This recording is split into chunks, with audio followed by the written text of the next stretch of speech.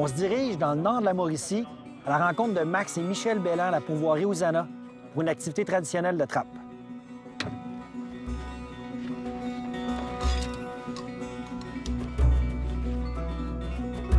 On va apprendre de ces gens-là, on va les suivre dans leur quotidien, de voir c'est quoi vraiment monter une ligne de trappe, relever les pièges, être capable d'identifier les différentes espèces. Mon objectif, aussi banal peut-il paraître, ça serait de prendre un lièvre au collet. Si j'étais capable de reproduire cette activité-là, ça serait comme me projeter dans le passé un peu, revivre des expériences qui m'ont fait tomber en amour avec la forêt. Hop, hop, hop, en avant, les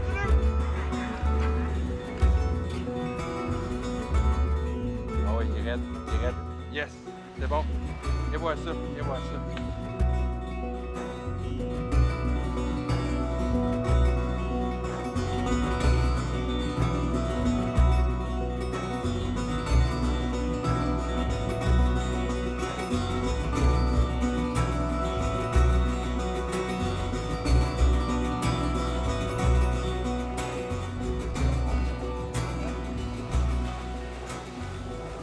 Sébastien, c'est un bon chum à moi. On passe beaucoup de temps à échanger sur nos techniques de chasse, nos techniques de pêche. On essaie de se voir le plus souvent possible aussi pour partager du temps ensemble.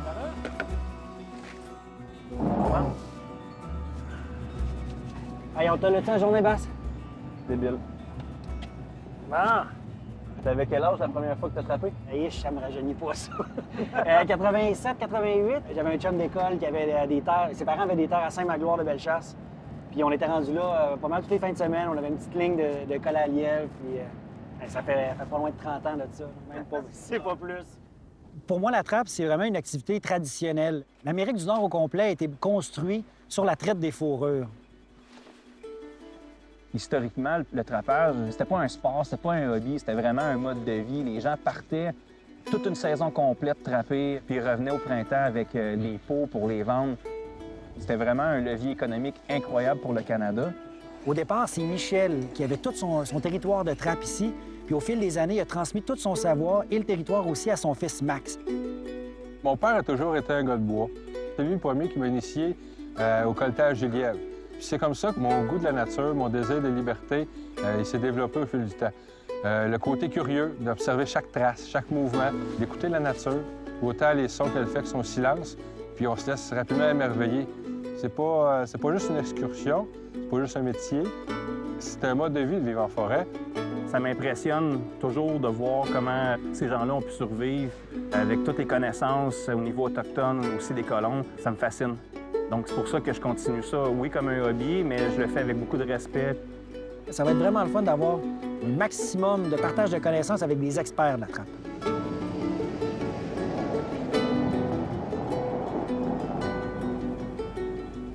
On a parcouru le chemin jusqu'à dans le nord de la Mauricie. Dès qu'on est arrivé à Hosanna, on sentait déjà l'histoire de la pourvoirie. Il y avait déjà Max et Michel qui nous attendaient. Eux autres qui étaient déjà prêts, leur matériel, leur véhicule. On s'est présentés. L'ambiance était là, tout le monde était super de bonne humeur, mais on n'a pas perdu de temps. Il fallait aller ouvrir nos trappes. C'est parfait. Moi, je vous suis. Faites-moi confiance. Yes. Ramasse nos affaires pour l'école. On est parti. OK, good. Moi, je suis parti avec Michel.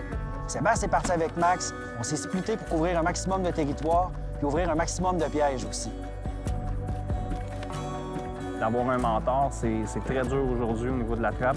Donc, quand on a la chance d'en rencontrer, on saute dessus, on va jusqu'au bout, parce que c'est très rare.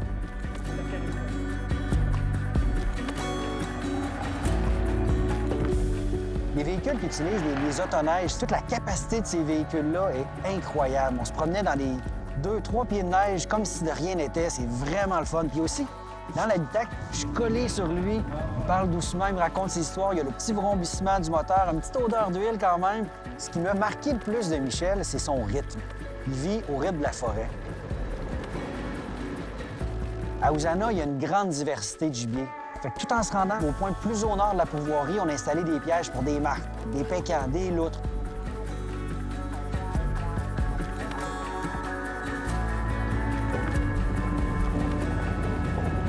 Quand tu voyais un endroit adéquat, on s'arrêtait et on installait le piège en conséquence.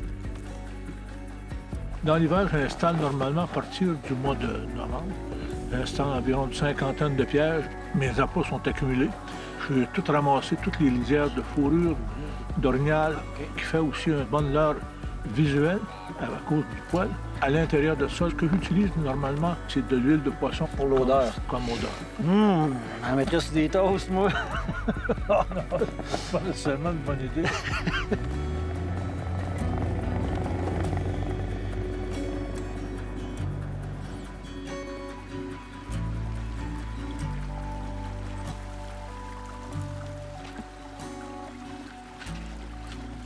Là, dans le fond, pour la loupe, tu l'installes directement sur sa pâte naturelle. Oui.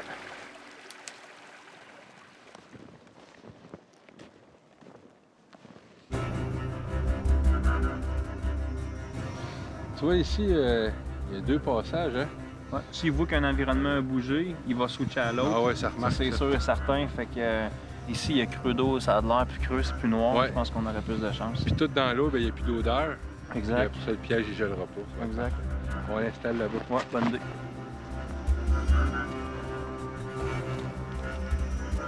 Le lynx, c'est un chat. Hein. Il va aller l'attaquer. Il faut que je le dirige vers la porte d'entrée. Je vais prendre un aile de perdrix. Là, aussitôt, il va voir puis il va sentir. J'ai récupéré une carcasse de loutre. Le gras de ça, c'est vraiment un bon appât là, pour le lynx. Michel, lui, il a une attention particulière pour les loups. On était arrêté à 2 endroits où il y avait des installations, des enclos naturels qui avaient été appâtés dans le passé. On a tendu des collets dans l'espoir de pouvoir prendre un loup. Moi, j'étais un petit peu sceptique, je dois dire. J'ai vu des images de loups, j'en ai vu au zoo. Mais là, d'être en train d'installer un collet, puis Michel qui me dit, en pleine confiance, c'est la bonne façon qu'on a fait. On a des chances, si les loups passent par ici, on risque de les attraper. Je croisais mes doigts, puis j'avais beaucoup de difficultés à croire qu'on pourrait attraper un loup. Cette fameuse petite boule de fourrure-là, ça conserve beaucoup la senteur. Cœur sensible, s'abstenir.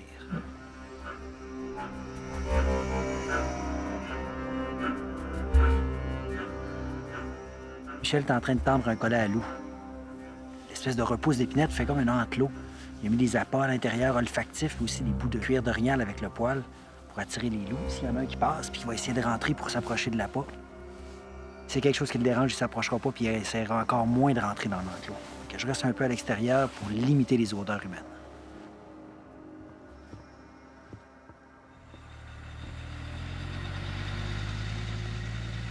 Tout en parcourant, il me parle qu'on va se rendre dans le nord complètement du territoire où il y a son camp de trappe.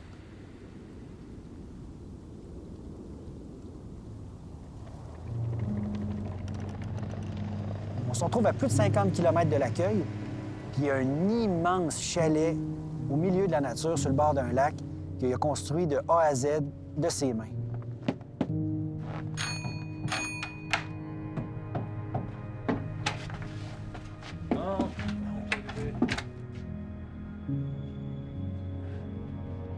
Non, ça se peut même pas. Une place comme ici, c'est surréaliste. C'est comme... ça va au-delà de ma compréhension de ce qu'un homme est capable de faire. Sarah a appris à attraper le lièvre de mon grand-père avec un rond de poil avec du poivre. Parce que lui, pour s'amuser, il m'avait fait croire qu'il prenait le lièvre avec du poivre sur un rond de poil en fonte, que le lièvre il se casse les dents puis s'assommait, il mourrait là. Alors, pendant un certain temps, j'ai attrapé le lièvre, puis à un moment donné, c'était la marque, puis c'était le castor. Puis j'ai passé des années avec les Indiens. J'ai passé 20 ans de ma vie avec les Indiens. Je parle à Atikamekw, de la trappe, le milieu de la chasse. J'étais dans mon milieu naturel. Je n'ai pas, à 40 ans, emprunté quelque chose. Puis j'ai eu des belles années, des années que je trappais un lynx, que j'allais l'échanger pour une motoneige. C'est pas une petite affaire, tu sais, là. C'est des beaux souvenirs.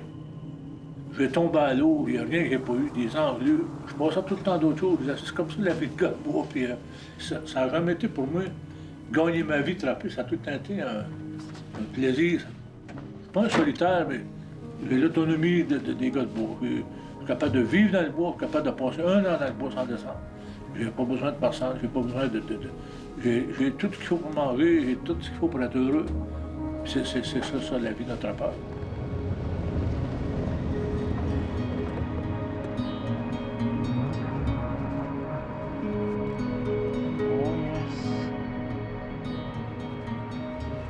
Wow! Alors, beau petit lièvre. Beau, hein? Je pense qu'on va goûter à ça pour souper, hein? Ouais. Super. Cool. On va aller voir si on a attrapé d'autres. Yes. Pour citer Michel, la trappe, c'est lent. Il dit que c'est un petit bonheur à chaque jour. On avait beaucoup de temps devant nous. On allait visiter nos pièges juste le lendemain. J'adore ce rythme-là.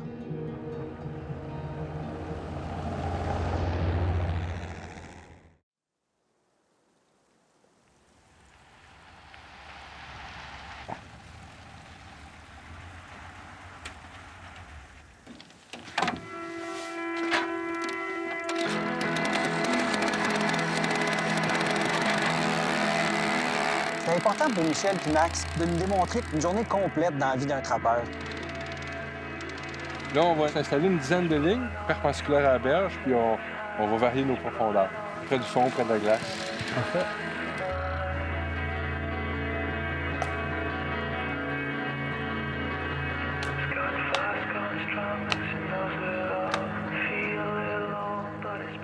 Max a installé un trépied pour suspendre notre poêle dans le but de cuire les truites qu'on va éventuellement prendre puis les déguster direct sur le lac.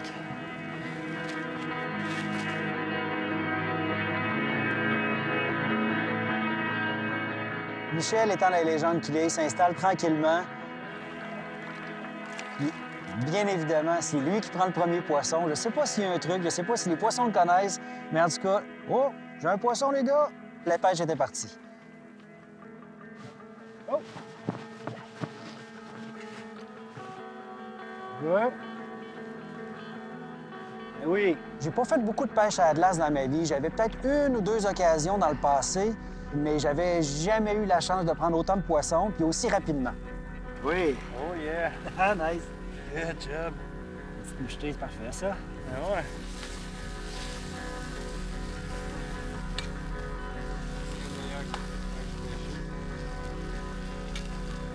La vue est incroyable. C'est au milieu d'un lac. Il y a de la grosse neige. C'était magique.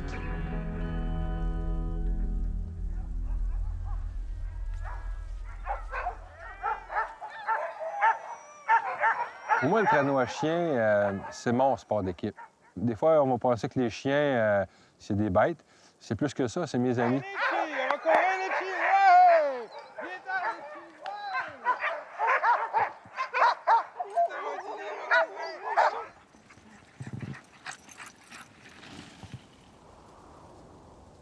Avec les chiens, on peut accéder à des territoires majestueux. On traverse des lacs, on sillonne les forêts. Je retrouve un sentiment de liberté incroyable. C'est ça. La belle trace qu'il y a là-bas. Max nous explique qu'il connaît un petit camp satellite vraiment éloigné. C'est des petits sentiers pour s'y rendre. Les machines sont trop grosses, il y a trop de neige, qu'on va utiliser les chiens de traîneau. J'ai jamais fait de chien de traîneau de ma vie. Puis avec tous les jappements, toute l'adrénaline qui règne dans le chenil, j'étais un peu nerveux. Aujourd'hui, on s'en va dans le coin du lac Caribou, dans le nord. On va aller relever nos pièges, c'est un secteur reculé. Moi, je sais pas à quoi m'attendre, mais Max, lui, est un peu plus relax. Il essaie de me mettre en confiance. Vous êtes prêts, les gars? Yes. Yes, sir! C'est parti! Il vient choisir les chiens qui vont être sur mon attelage avec moi, puis il m'explique comment aller les chercher, comment les atteler. Puis on s'installe, puis quand il donne le go, et là, c'est complètement fou. Hop, hop, hop! En avant, les genoux! Les chiens partent en courant. Je me tiens, moi, en arrière de mon traîneau, puis on décolle pour une ride. Allez, en avant, en avant, en avant! Allez, hop, hop, hop!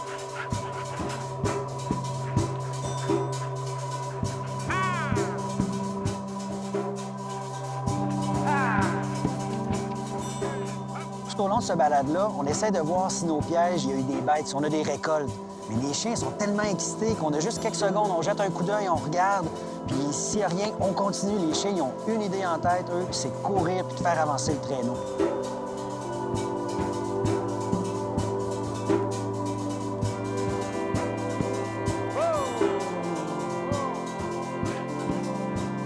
Reste dans les genoux.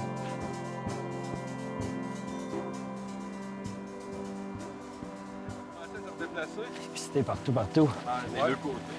Regarde, il y a une belle passe ici pour le lièvre. On va aller installer un collet ici, les gars. Oh, je vous rejoins là-bas. Parfait.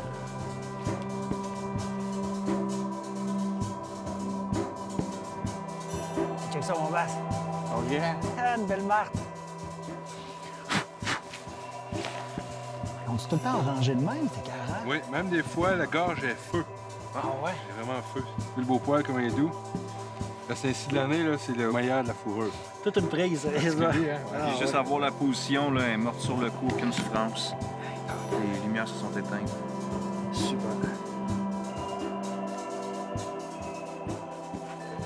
Allez, Gratial, let's go.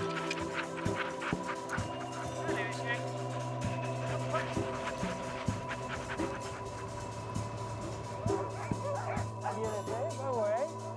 On vient d'arriver au petit camp satellite. Ça nous a pris une couple d'heures de chien de traîneau.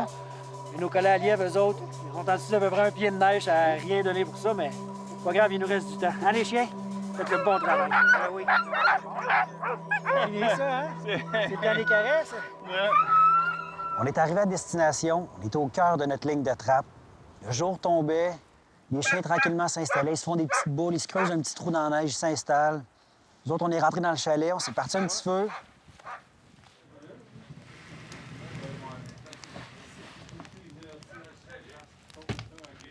Mais il y a des collets à loup qu'on a attendu il y a une couple de jours. Es-tu confiant? Comment ça marche? Moi, je connais absolument rien là, du colletage de loup. C'est toi l'expert, Max. On a-tu des chances? Je vais être capable de dormir? Les loups se déplacent pas mal, c'est ainsi. Ils courent après les chevreuils.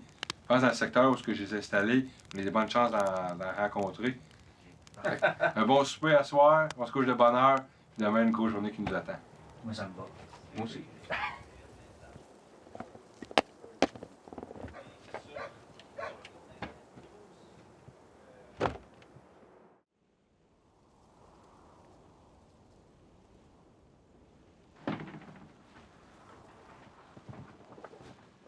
Ce matin-là, il y avait encore tombé pas mal de neige pendant la nuit. On jase avec Max. Lui, il nous explique qu'il y a des petits trucs à faire. Il faut qu'il s'occupe de ses chiens. On se rejoint ici tout à l'heure. Parfait, oui, ça fait plaisir, ça. Sébastien et moi, on avait amené nos fusils. La chasse est encore ouverte, puis c'est une activité que j'avais pas faite depuis longtemps. Chasser le lièvre dans la neige, c'est un des trucs que je faisais quand j'étais jeune, puis j'appréciais beaucoup.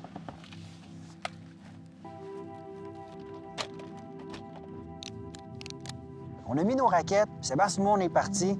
Mais de la neige, il n'y en avait pas à peu près. Donc, il allait même avec les raquettes, je n'avais à mi-cuisse. Ici, là, il y a un beau potentiel. C'est des jeunes sapins de pouce. Fait que, ils peuvent beaucoup se cacher là-dedans.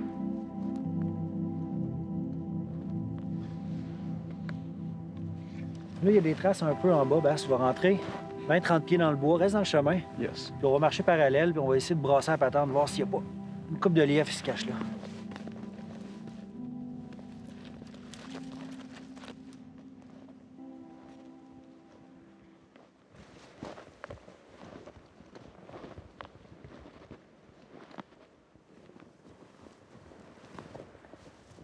Hey, ça a bougé pas mal, là, juste en avant de toi.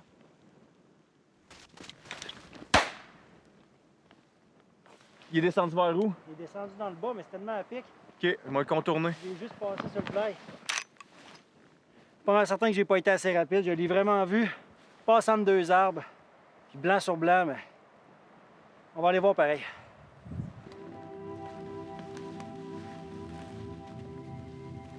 J'ai eu une opportunité sur un petit lièvre qui était sur le fly, mais de la façon qu'il était placé, j'ai pris un tir, j'ai pas été capable de l'avoir.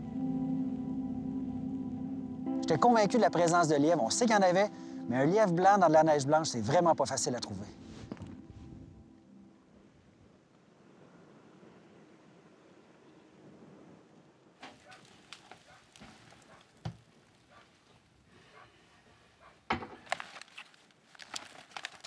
Le loup, c'est la légende de nos forêts.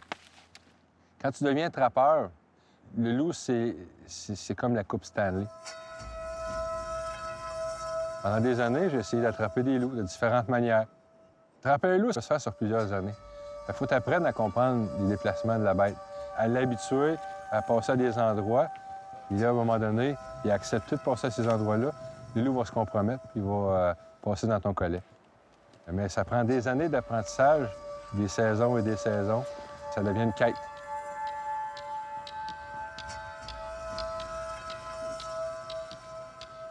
Michel et Max, ils mettent beaucoup d'efforts. Ils installent beaucoup de pièges, beaucoup de collets. Il y a plusieurs installations un peu partout sur le territoire.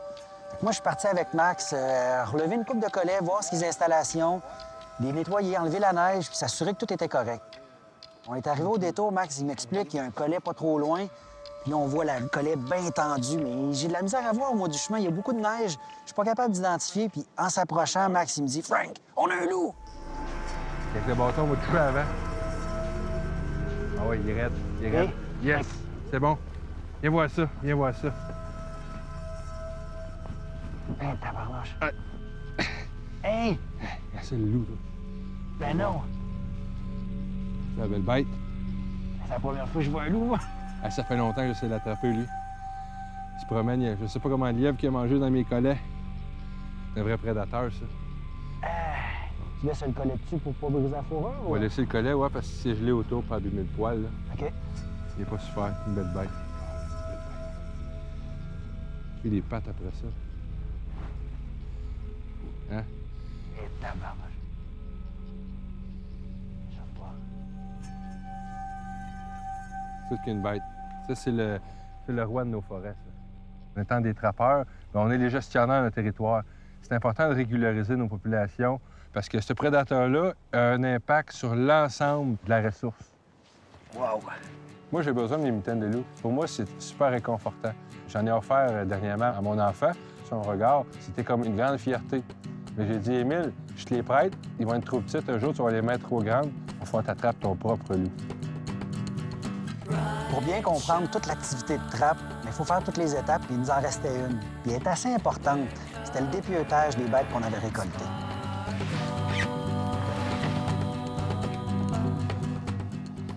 L'idée de base de la trappe, c'est la récolte de fourrure. L'Amérique du Nord a été fondée sur la trappe du castor.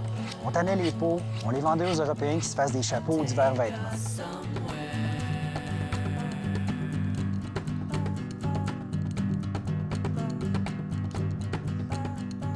Alors, on a réussi, je pense, à faire une belle job avec notre loutre.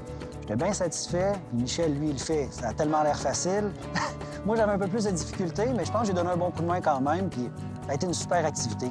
Ça bouclait vraiment la boucle de la trappe. Poser des pièges, récolter la bête, puis le dépieutage, on avait fait le tour. Puis là, j'avais vraiment une image plus complète, une meilleure compréhension de la vie d'un trappeur. C'est pas un trip d'ego, c'est pas de vouloir attraper un maximum de bêtes ou les plus grosses bêtes. C'est plus fort que de se retrouver dans le bois, de regarder ce qui se passe, de piéger au rythme de la nature, bien tranquillement, puis bien simplement. Pour être un trappeur, t'as pas le choix d'avoir ce genre de sentiment-là. À chaque fois qu'on arrive avant la saison, là, ça vient nous chercher, puis on sent l'appel qu'on doit y aller. Là. C'est en nous, on peut pas changer ça. Mon objectif initial était d'attraper un lièvre au collet pour me mémorer mes souvenirs de jeunesse, mais avec le recul, je trouve ça peut-être un peu futile. J'ai été submergé dans la culture de la trappe par la famille Bellin. J'ai été accueilli au milieu de cette nature-là, puis les objectifs ou les idées préconçues sont comme disparus un peu. C'était juste de vivre et de sentir la vie en forêt, puis un rythme différent.